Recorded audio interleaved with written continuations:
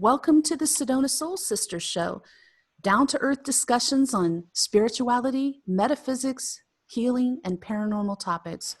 The Sedona Soul Sisters are my business partner, Roz Reynolds, Terry Ann Russell, and myself, Ivory Lanou. We have offices in Sedona, Arizona, where we see clients from all over the world. Today's topic is allowing people to have their own journey. If you have questions or comments on today's topic, you can enter them in the show chat room if you want. I'm going to open that so I can see if any come in. And if you're here live on the show, you can just put your hand up, we'll unmute you, and you can ask it live as well. If you're watching this later on our YouTube channel, email us a question. We're totally fine with that. We'll answer it anytime. All right, so my goodness, this is one I think comes up a lot for me. I don't know about you ladies. Absolutely. And in your own life, you know, it's been prevalent in my own life as well. Oh, yes. And I have a lot of clients that really have a hard time allowing this to occur in their lives. I think for myself, it's like the realization for me about this was you can't get mad at somebody. You can't get frustrated with them because they're not where you are on their path. You know, you can't expect that. It's unreasonable. Yeah. And we can't make somebody get on a spiritual path. We can't prod them into shifting forward. We can encourage them. We can support them. And that's it. That's it. We can be an example. We can lift through our own raising of our own frequency. But, oh my gosh, how many times have you had clients who came in and they're like, I'm so frustrated with my partner, husband, wife. You know, they're just not where I'm at. I can attest to that with my husband. You know, we're not on the same spiritual path, and he's much slower, but he's wonderful. I mean, he does try to meet me where I am. You know, his higher self is really good at pushing him because I'm like, oh my God, come on already. But it's about allowing that. And I have this great book that I started with my transformation. It's Eckhart Tolle, Awakening to Your Life's Purpose. Mm-hmm. And I came across Eckhart in 2008. And it was a pivotal time in my life. My children, my boys were teenagers. I hadn't yet become pregnant with Sophia. But up until that point, I had looked at my children as if they were like, I had to tell them what to do and which way to go. And I did not want them to make any mistakes or ever to feel any adversity in their life. And when I came across him, and he said, you have got to allow them to be who they are and let them make mistakes. And I was like, it was like a light bulb went off, and I was like, oh my gosh, he's right. Like, who am I to rob them of their experience in this lifetime? And at the time, a few years later, Tyler, we moved to Arizona. He was 17. At 18, he wanted to go back to New Jersey. And everybody around me said, do not let him go. You can't let him go. And I said, he's 18 years old. I can't stop him. And who am I to stop him? You know, this is his journey. So I allowed him. I didn't allow him. I allowed him to make his own choice and to go. And he went. And about a year later, he came back and he said to me, you know, I bet you that was really hard for you to do, Mom. And I said, it was the hardest thing at that point in my life that I've ever had to do, was to allow you to do something at 18 years old. You know, you're still wet behind the ears. What do you know about life? And I had to let him go experience this experience for his life so that he could, you know, use that experience in his lifetime. Oh my gosh. I'm going to talk about the flip side of that. Like, I was talking to my parents. I've talked about them maybe 3 times about this whole thing, that I got engaged to my first husband when I was 18, goofball, and married when I was 19. And my parents were wigging out, and all of my friends were older than me. And they're like, don't do this. What are you doing? And I'm like, no, gotta do this. But that was the first dark night of my soul, 10 years of dark night of the soul. And I came out of that with so many points of wisdom and experience and more insight about myself, and definitely stronger. But do I want to do it again? No. No, but my parents Hell did no. tell me, and I wasn't going to listen because I was stubborn. Unlike now, but they couldn't stop me. I was 18, and eventually they just kind of gave up. And there's things that happen in our lives. That's a really good point. Like as a parent, you want to protect your kids. And I can certainly remember, I'm not going to say exactly what it is because it could cause problems, but there was an event with my daughter years ago, something she wanted to do. And I could see it psychically, like instantly it was going to be a disaster. Roz knows what this, and I didn't want her to do Oh it. yeah. She and I talked about this the other day. I didn't want her to do it. Well, it turns out her best friend, like forcefully, don't do it, and I already knew at that point, like the more I told her don't do it, the more set she would be to do it. So I had to watch that unfold, and it's still unfolding. And that's just, something that happens as a parent is you're going to watch your kids suffer. You're going to watch your kids make huge mistakes, and then they have to clean it up. They have to fix it and get out of it. That's part of our journey, isn't it? That's a good point, the fixing of it. You can't fix it for them. And when they do get to that other side of it, all you can do is be there to support them. But it's about so much more than that. I think the saddest thing, and I had it happen to me too, the saddest thing is when you're married and you are really zooming forward on your spiritual journey and they never put a foot on the path. They just don't put a toe on the path. And Roz is laughing. That was I the know case. what she's thinking. It was the Been case. there, done. Yeah, it was so tough. Like a good man that I love, that, basically a good marriage, but when they're not even thinking of putting a toe on the spiritual path and you are just flying, you can't stop it. You can't put they can't put the cork back in the bottle, or the genie back in the bottle, or unring the bell, or whatever you want to call that. You can't stop it. And if they just don't want to do that at all, that's usually the parting of the ways. That will almost always lead to such an energetic mismatch that the relationship breaks up. And It can't. I see that a lot. Survive. Yeah. But like for Terry Ann's saying, like with her husband, he's making efforts. Like he's getting with the program. He sees she's zooming ahead and I don't want to get left behind. He sees that. So I've that's told him the that too. difference. Yeah, and I had a husband like that as well, my ex-husband. And so I know, and I've explained to him that, once you do begin your spiritual journey, and I truly believe that's why he's my spiritual partner in this lifetime, because he does push me and he meets me where I'm at. He's able to do that. So, sometimes he goes kicking and screaming. Sometimes I do too. Oh, I've never done that. But he goes. No, of course not. No, right? It's pretty interesting, what it takes for us within ourselves, though, to allow. I mean, to step back and realize that you're not. I mean, and I've experienced this not just with my children, but with friends, with where you see their situation they're going into, and of course, being a psychic, you're looking forward and you're seeing the outcome and you're thinking, oh, this isn't going to be pretty. But they're in their journey of learning, and it's very it takes a certain amount for me of just self-discipline and self-management to just put my tongue between my teeth and press down so that it's not saying anything. So it's hard.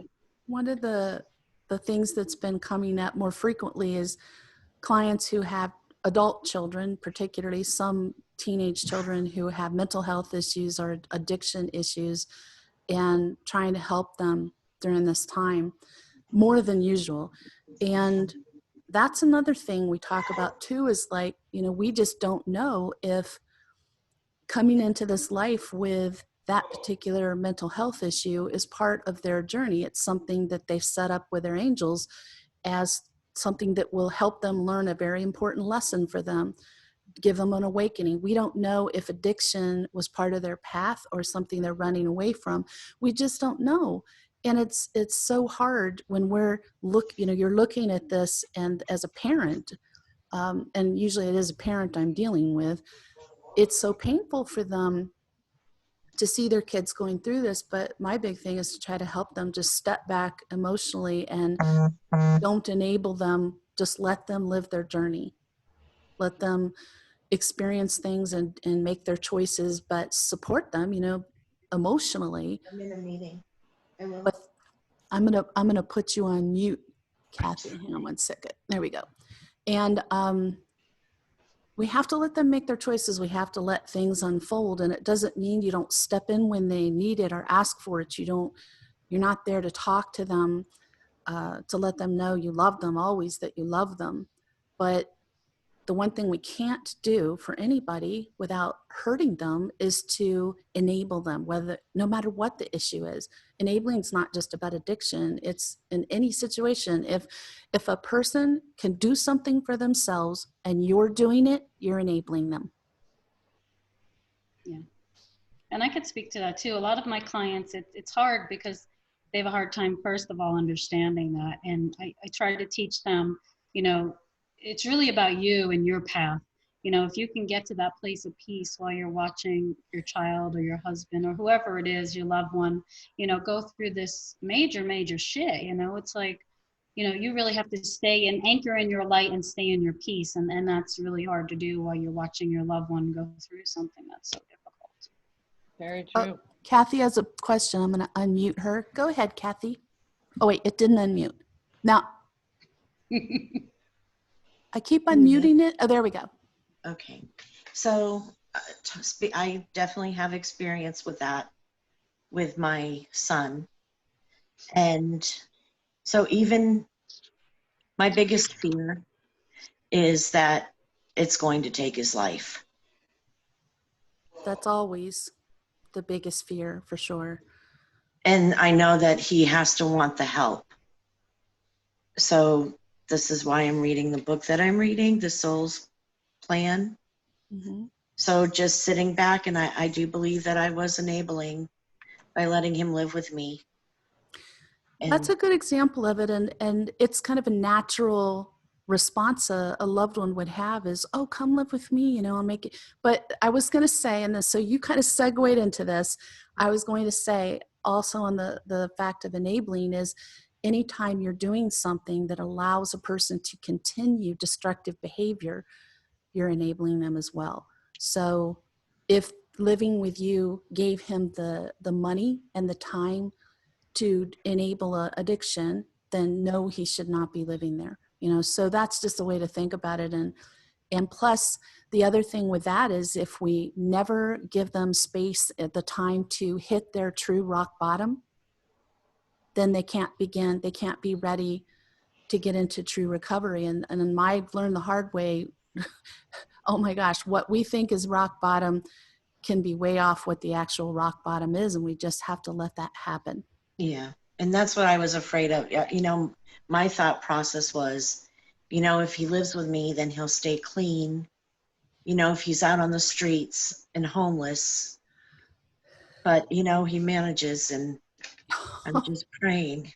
Yeah, I had a boyfriend's daughter who was addicted to heroin get sent to live with us for about 2.5, 3 years when she was a teenager. And the reason was because of my background in mental health and chemical addiction.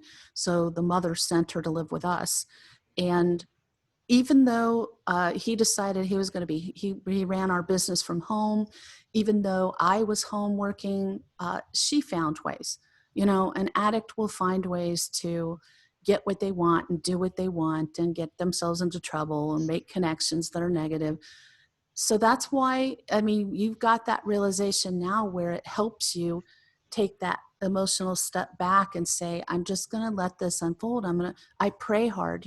I still think praying is really important. Mm-hmm. And you can always talk to his higher self, because his higher self will hear you like you're sitting face to face with them, and they're completely open and reasonable and healthy and able to hear what you say. and just ask your angels to tell you what to say, give you the words. But we could talk, Terry Ann knows how to do that. So you could talk to her about how to talk to the higher self. And I know that's really hard. That's one of the hardest things, is when you decide to stop. You realize you've been enabling, and so you stop it, and it's just like tears at the heart, doesn't it? Mm-hmm. It sure does. But I'm doing everything I can to keep in my own lane. That's what I And was going to say. Keeping in your own lane. That's what this is all about. That's what they mean when they say that. exactly. And so if we focus on ourselves every time, like I found it helpful during that time, that every time I started worrying about what she was doing or who she's doing it with, and I would think, okay, what's going on with me? I'm out of balance. I do some meditation, get myself take a bubble bath if I need that, whatever I needed to do to get myself balanced again. Because if you stay out of balance, then you're a mess too. Yeah. Two people are going down the tubes at the same time. So you can't be helpful to him. I will say that Reiki has helped me, is really, Yay. so that's what I'm That's a doing. rebalancing. I mean, when you open all your chakras and the energy's flowing through, that's a major balancing. Yeah. So thank you, Terry Ann. You want to talk about that, Terry Ann, like helping people in a situation like that? Yeah, there's many things you can do. I found after Anthony had passed that the two major things that worked the best for me was energy healing and massage. Those two together released that physical pain from my body. So going through that simultaneously. If you can't get to somebody that does Reiki, or you don't know Reiki, again, praying, for help, for you to be realigned and to bring you the people that you need to know, so that you can start to understand your clear path. Another great thing that works well is that deep breathing, focusing on your breath. We are not taught as a humanity. First of all, we don't want to feel and we don't want to breathe. How many of us don't even breathe? When you deep breathe, you start to feel that oxygen running through your blood and your bones. It rejuvenates you. So, even if you can't get out or get to somebody, deep breathing. I do that with my mother very often. I remind her every morning, Mom, do your deep breathing. And it brings her back into her body. It really helps her to feel that aliveness within you. And that's because your mom's having a really difficult time with grieving right now, just And really that's tough. very difficult to watch. I was telling Roz the other day, it's very difficult to watch because I've had my path with grief. I understand what she's going through, and I understand that she has her own journey to follow, and I try to help her, when I can. If she asks for it or not, I may just send her a text. But I have to allow her to do it her way, and I can't do it for her. But the difficult part is then watching that, and you have to watch your loved ones suffer. And so that you have to step back and like the balancing that you were saying. I have to stay very balanced and very anchored in my light, in my body, in grounding, so that I'm able to then help her when she does ask me for help.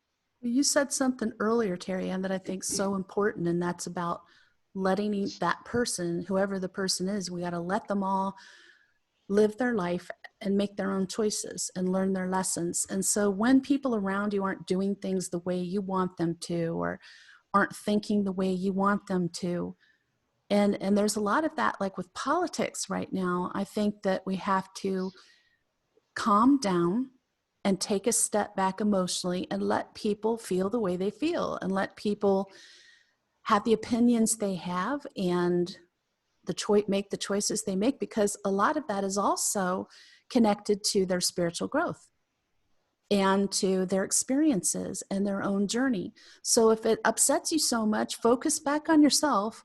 What am I doing? Get back, like Kathy said, get back in your own lane. And that just means mind your own business and focus on yourself and your own growth, and stop trying to control somebody else's journey, because that's not our job. Even as a parent, it's not our job. Good point. It's very hard. Most challenging job on the planet is being a mother, of course. Oh, yes. I'm not signing up for that next time. And it never stops. My daughter's going to be 40 this year, and it just doesn't stop. Uh, I still worry like she's 7. it really does become such a part of your nature just to love them, to care for them, and to want everything to go smooth. And smooth ain't always the best way to learn. No, I think the most powerful things I've learned have come out of, Roz knows this. She met me when I was just coming out of my second dark night of the soul. Oh my, yes. Oh, yeah. I was not the person I am now. I was beaten down pretty low. I was a mess physically Struggling. and emotionally and Struggling. mentally and very fragile. And Oh, but I refused to get out of that situation. You know, I was being a light worker knucklehead. Oh, I can help this person. Oh, no, no, no, they're not as bad as I think they are, and all this stuff. So, but I learned so much from that. I know I've said this before and I'll say it again. I would not be living in this area. I would not be in partnership with Roz and Terry Ann doing this business and working this business full time had I not gone through that second dark night of the soul, really painful experience. I couldn't have been. I was on a trajectory I was happy with, and I would have stayed on that. It would have never occurred to me to do what I'm doing now full time. Well, it did once my angels say, now you're going to do this full time. yeah. But I That's probably where- wouldn't have heard them as clearly if I'd stayed in that craziness. You know, it was really hard to hear them during that time. Because we do sometimes have to be dragged there kicking and screaming by the hair. Yeah, Roz did not want to come back to Sedona, and Oh. her angels are like, oh yeah, you're coming back. You know, you're not done there. People kept telling me and saying to me, you're going to have to go back there because you're not finished. And I was like, oh, yes, I am. I'm not going back there. Well, surprise. Hell no. So, I don't know. I just think there's so many things in life. If you look back on it, you can see the value of it, and look for your loved ones. It doesn't have to be just children, but your spouses, your friends, your coworkers. Somebody not agreeing with you doesn't make them wrong or bad. It means they have a different process. They're at a different place on their journey. And let's all start honoring this a little bit more, of understanding that not everybody can grasp certain concepts because it's not that they're dumb or wrong or bad. They haven't had that experience yet. They haven't had that awakening. Till you've had that veil lifted, you can't see that. You can't feel that. It's impossible for them to see it or feel it. I think also you have to recognize your own, I'm an Aries. I'm not a surrenderer. That is not, I am not good at that. Yeah, and that's just who you are. You have to, really look at that within yourself and say, I do have to let this go. And I have to realize that I'm going to have to go with the flow of what's really happening here, even though I don't want to. And doing that for your own best good, but also for the best good of people you're trying to help is very important, to surrender that. And I've had to say this to myself for years, but I never really learned it until probably, maybe when I had kids, I started to really learn it, which is, you can only help people to the extent that they will allow you to help. Mm-hmm. And you have to allow yourself to release them to their pursuit, to their journey. And boy, I mean, that for me, in the typical, head-butting, romping, stomping Aries personality, that was a big pill to swallow. When you say that, I see this giant Roz stomping through the Lilliputian village. Oh my gosh. I just could be so huge in terms of my focus and my unwillingness to release control. I'm like, okay, I can make this happen. Everybody get out of my way. And then, I have to look at it and go, I've had that ingrained through my father. Like, he's like that. And I sometimes go into dad mode and I can see myself doing it. I'm like, oh no, call me Henry Jr. So But funny. sometimes it's personality, you know, it could be about your astrological sign, and sometimes it's learned behavior. Mine is learned behavior, I think, because as a Virgo, I don't think that's so very normal. But Well, organization is. and yeah, and influence, influence of your upbringing. We really have to, swallow that pill too and realize that, That Oh, yes. you know, that's a big one. yeah, we learn these things and we have to acknowledge that, okay, I learned this, but maybe that's not the best uh, way for the situation to evolve. So, Right. and Yeah. got to get the ego out of there. Oh, I had a gosh. lot of pushback with that. My mother was very self-sacrificing, and so started to raise my boys like that. And I didn't realize at the time that that was a learned behavior. I learned that much later. So when I had my daughter, and she'll attest to this, I tell her things like, mommy needs to go do this. Like Ivory and I went out to dinner one night while Ross was away, and she's like, why do you have to leave me? What did she say to me? She's like, You have like, me. you have me. You don't need to go anywhere. This is like perfect, And I was like, well, mommy needs to go out and do things too, by herself. And With so, adult friends. yeah, with adult friends. And so, having that shift, because I did have those learned behaviors that I started to raise my boys with. And then throughout raising them, and then I had a lot of pushback because people were like, you're a selfish mom. You shouldn't do it that way. This is the way you should be doing it.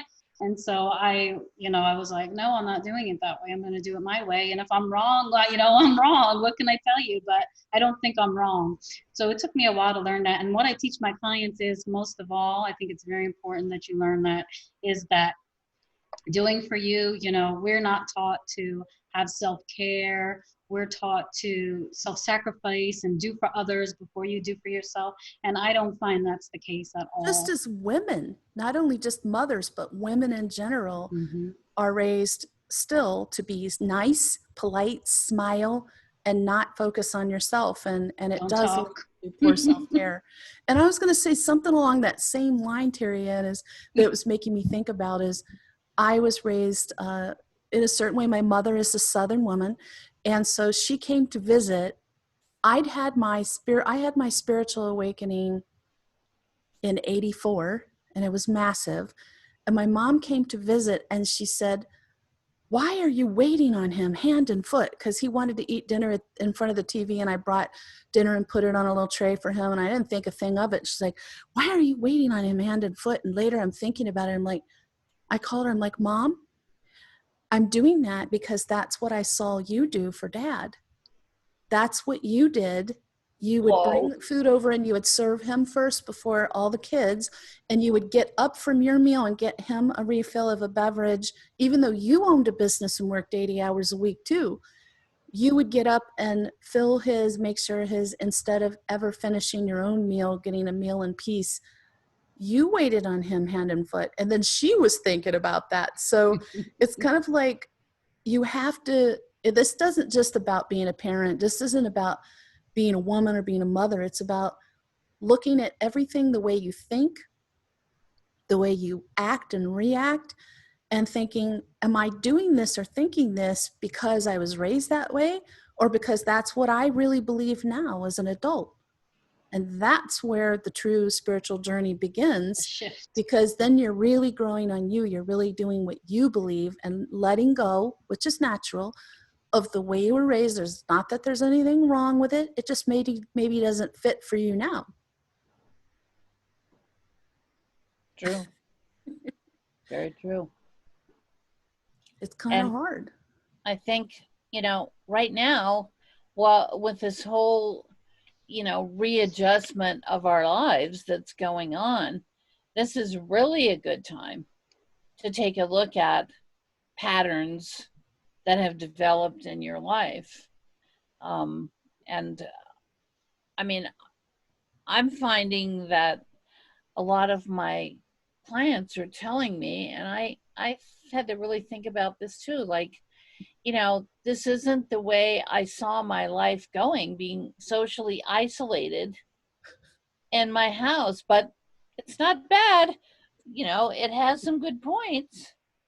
I think it can be very helpful. Like, I think I feel more calm and centered, and it's getting easier the more it goes on. I'm getting used to it, which isn't so good because I want to go back to the office. But I think there are some benefits to this, and it's making us all slow down, making us all focus a little more on relationships, which is what life's all about. But one thing I wanted to say, I kind of want to circle back around for people who are listening who might be in a relationship, and the relationship can be a sibling, a child, a niece, a neighbor, a friend, a spouse, a boyfriend, girlfriend. It could be anything. If you're thinking about breaking off that relationship because they're not spiritual, think back on this. Like, don't be too quick about it, because if there's any glimmers of hope that they're starting to think about getting on that path, that there's some curiosity, if you see slight changes, there's hope there. There's hope. And I see people having more awakenings during this time, which I think the solitude and the quiet has made people slow down enough to start hearing their angels better, hearing their own inner intuition better, and they're having awakenings. Yeah, I'd say for the last year, my business really shifted in that direction. And people were having awakenings, but very quickly. Like, I've had some time to adjust to my awakening, but they were like, bam, they're awake. It's time, girl, wake up, or wake up, guy, you know? So it's important to understand that, you know, if they are going to go through an awakening, it's going to be probably very quick right now. Oh, yes. And if that's happening to you and it's too quick, you can ask your angels to please slow it down for you. I wish I'd known that. Talking to our guidance is always beneficial. It is. You know? And asking for, you know, like in my case, I'm always going, okay, give me patience, give me the ability to allow myself to allow whatever needs to happen, you know. And that's how I got into my saying of, you know, everything is working out for our I like highest. that one too. That's good. We all Those say. are little mantras we can just say when we're having a rough time, when we're having our doubts, when we're feeling disconnected from spirit, from God.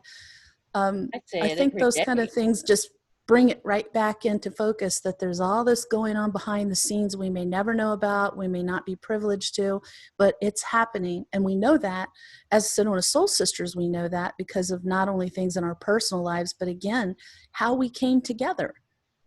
How we came together is pretty amazing. Like, especially I think adding Terry Ann to the business, like that whole way she was just brought to us through her guides, and To there's the no doorstep. mistaking it. Yeah, literally to our doorstep.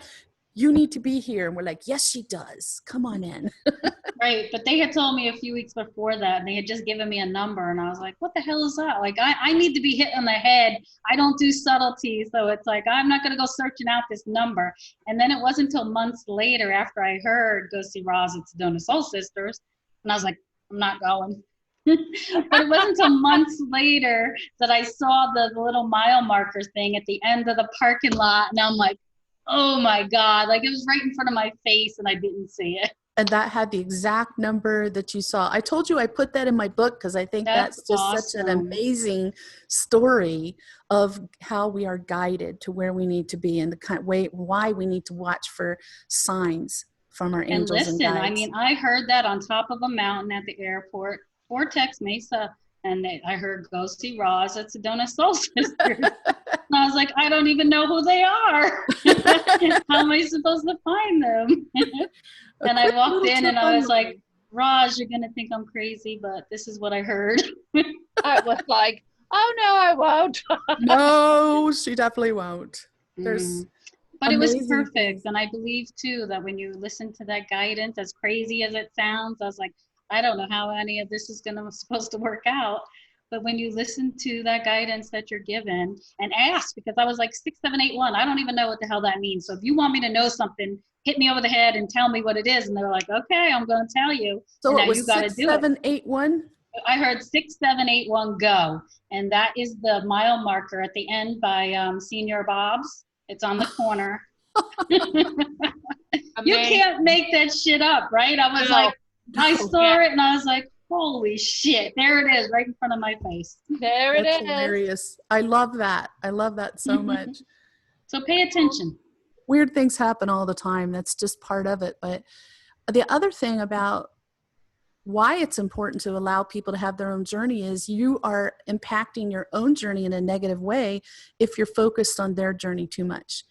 So you start losing connection to your angels and guides, to your intuition, to what's going on around you, to how you're feeling. Like Terry Ann said, your self-care can really go downhill. Your health can suffer. I mean, that's where I was when I met Roz. My body, my organs were shutting down. I'd had exploratory surgery, trying to figure out what's going on. It's called extended massive stress.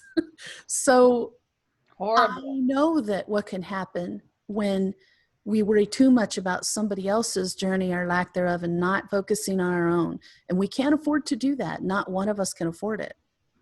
You know, when my kids were all little, I mean, you can imagine having 4 children between infant and 5. So it was a little hectic. And I can remember because I had all my kids at home with midwives, and the midwife that delivered my last 2 kids, she said, you know, you got to take care of you. Now, first and foremost, you have to be the most important person that you're caring for, because if you're not well, how are you going to take care of all these babies? And it was like, oh, okay. And I really had to, make an adjustment, because I was like Terry Ann, like, okay, we put everybody else first and we do this and and everything. And it was a fabulous shift in my priorities, because before that, as you guys know, I'm just such an amazing insomniac. And I'm awake and I'm just doing all this energy work and thinking about all this stuff long periods of the night at times. Well, of course, when it's time to get up, then, I'm like drooping and dragging. And that was the first thing that I addressed, because I thought, okay, I've got to get to the point where I have the energy I need when I get up, because these other 4 little people, they're fine when they get up. They're ready to rock and roll. So it was quite a shift in my perception to think, okay, when I'm tired, I need to at least, if I'm not going to sleep, I need to at least lay down. And I need to get all of them to lay down with me, so we're going to have rest time. So we're going to have, it really was a revolution in my head. And I think we all need to put that into perspective when we're, trying to help other people. If we're not in our high frequency of our energy place, how can we really surround those people in love and light and help them move through their stuff? I know That's a for great me. point. Oh, go ahead, Terry Ann. I was going to say rest is another thing that's underrated. I think it's a really great point, because it's so important to take that time to rest too. And you hear those voices, oh, you're being lazy. Oh, you could be doing 5 million different things right now that need to get done. But, I'm tired. I need to just lay down 5-10 minutes. It's not going to stop the whole world. So I think that's really a great point. When my daughter was little, I did not raise her much like I was raised. I wanted her to be more free, to ask me questions, to expect me. Especially wanted to give a lot of emotional support to her. I think that's so important, so that your kids always know they can count on you no matter what happens. They can come to you and talk to you about it. But along with that, like I was a single parent for 7.5 years when she was young. And I was fine with that. But once a year I would go to this big event, like a camping event in Pennsylvania for 10 days. And I knew I needed that. Like as soon as I heard about it, I'm like, oh, I'm all over that. And I'd go, and I had great friends there, and I'd camp with them every year at this gigantic event with like 25,000 people. And I'd come home and I'd be rejuvenated and I'd be fine for the rest of the year. But there were some family members who thought that was incredibly selfish, and you're spending money on this trip that could be, and I'm like, I make decent money. I work hard. I'm a single parent. And I had to like tell myself, I deserve that. I deserve a break from being a parent for a little while, and she can stay with her dad, and it's totally fine. And even now, like Roz and I were talking probably last month about how we're doing better self-care during the pandemic.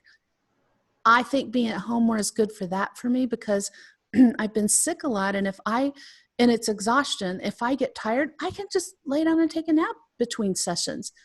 And at first I was feeling a little guilty, and I'm like, why? Even if I was watching, I stopped and watched a movie. I'd been working hard since, 9 in the morning. I'm tired, and I watch a movie and I'm thinking, you should be doing something. I'm like, oh, that's your parents. That's your parents talking there that you got to do something all the time, something productive all the time. Rest is not allowed. Yes, it is. So that 1950s and 60s, you're not working right now thing. Yeah, my dad has said things like when they came to visit, he was asking about my work schedule, and I said how many appointments I do a day, and he goes, you're only doing like 3 or 4 sessions a day? I'm like, Dad, it's almost always one mediumship session a day, which kind of wipes me out. And then an hour of psychic reading is quite a lot. And other things that I'm doing, I said, this isn't like a 9-to-5 job where you can just push through. People get sick doing this work if they do too much, like physically sick. But that's, something I just had to go, okay, he has no idea, because he doesn't have these skills, and he doesn't do this work. Mm-hmm. Yeah. He's never probably going to totally understand that. And I just let that go. Right, rather than taking it on and taking it into yourself, like, oh, maybe he's right. Maybe I should be. And that's all that old negative thinking that we hold on to from our upbringing. Because they're your parents, right? So they ingrain that in your brain when you're very, very little. Like, you should be doing this, this, and this. And if you're not following their path, there's something wrong with you. I'm an Aries like Roz. I was always like from this to this to this to this. I'm a gypsy. I don't stay in one place. I like to go, go, go, go. So it was always like, well, you didn't finish that, and you went to school, and then you went to cosmetology, and now you want to go be this and that. And I'm like, but I love everything. I don't think that's a bad thing. If you're making a living along the way, you're taking care of your adult responsibilities, try different things. That's one of the best ways to find your life purpose, is to try everything you feel passion for, that you feel that inner pull for. That's a big part of finding your life purpose, or whatever it is right now. Cool. Did you have any other questions, Kathy? All right, ladies, do you have anything else you want to add on this topic today? No, and I'm probably going to need to exit because I'm booked at 1. So. Okay, well, we're going to end it. Very nice seeing you, ladies. And talk yes, to you too. Thank you for watching the Sedona Soul Sisters Show. If you'd like more information about us and our services, visit our website at sedonasoulsisters.com. Tune in next week when the topic is discerning low frequency energies and how to deal with them. We're all going to step into our spiritual warrior mode next Friday. So you don't want to miss that one. Oh, very important.